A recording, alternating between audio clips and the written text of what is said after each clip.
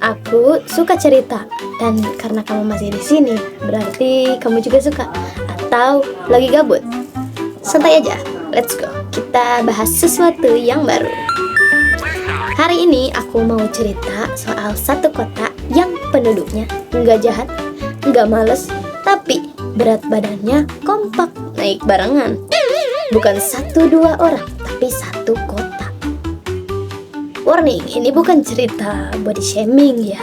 Ini cerita kok bisa hidup modern bikin orang pelan-pelan gemuk tanpa sadar gitu ya.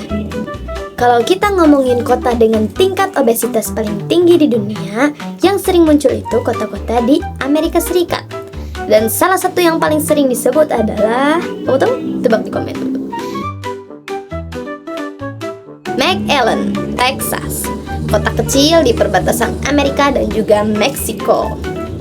Penduduk di sana itu nggak sampai 1 juta, tapi tingkat obesitas orang dewasanya pernah tembus lebih dari 40%. Wow, 40%. Artinya gini, kalau kamu nongkrong sama 10 orang di sana, 4 diantaranya kemungkinan lagi mikir, kok celana gue makin sempit aja ya? Terus orang langsung bilang, ya salah sendiri, kebanyakan makan. Eits, pelan dulu. Di kota seperti ini, makanan cepat saji itu lebih gampang ditemui daripada tempat olahraga. Mau makan? Tinggal nyetir 2 menit. Drive-thru di mana-mana. Murah, cepat, enak. Mau beli sayur segar? Kadang malah harus nyetir lebih jauh. Jadi ya jangan heran kalau tubuh akhirnya nyimpan lebih banyak kenangan lemak gitu. Nah, selain itu, belum lagi soal gaya hidup duduk di sana.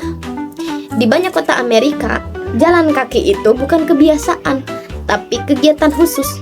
Misalnya, ke warung naik mobil, ke kantor naik mobil, ke gym pun naik mobil. Seharian duduk, kerja duduk, pulang duduk, malam rebahan. Nah, dari situ kita bisa simpulkan kalau tubuh bisa ngomong. Dia mungkin udah bilang, kita nih hidup atau lagi mode hemat baterai sih? Kayak ya gitu-gitu aja. Nah, sekarang masuk ke faktor yang jarang dibahas, yaitu stres dan ekonomi. Banyak kota dengan obesitas tinggi juga punya tingkat pendapatan yang rendah, alias cuannya sedikit.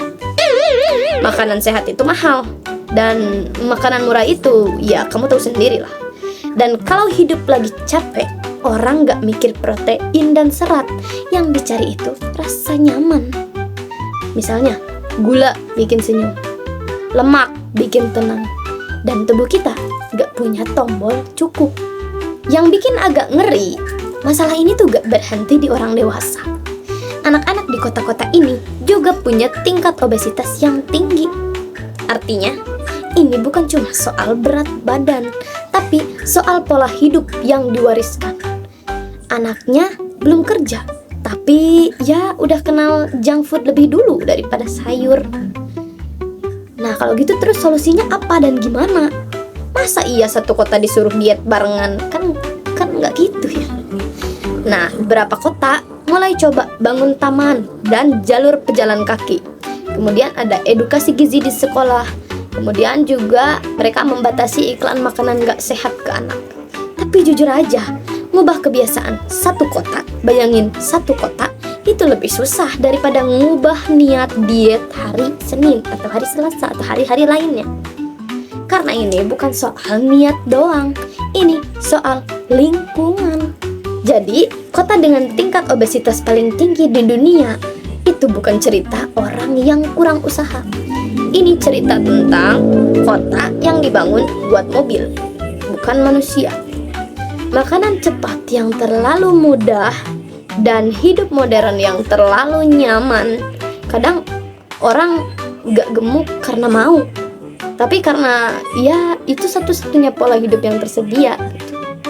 Bahkan di supermarket aja di McAllen, Texas, mereka itu menyediakan kayak skuter gitu.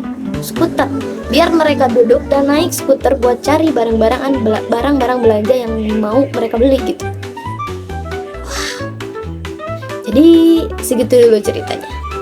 Kalau tadi kepikiran sesuatu, berarti ceritanya nyampe. Kalau belum, ya gak apa-apa. Kita cerita lagi di video berikutnya. Bye. Mohon maaf apabila banyak kesalahan. Saya cuma bisa cerita doang.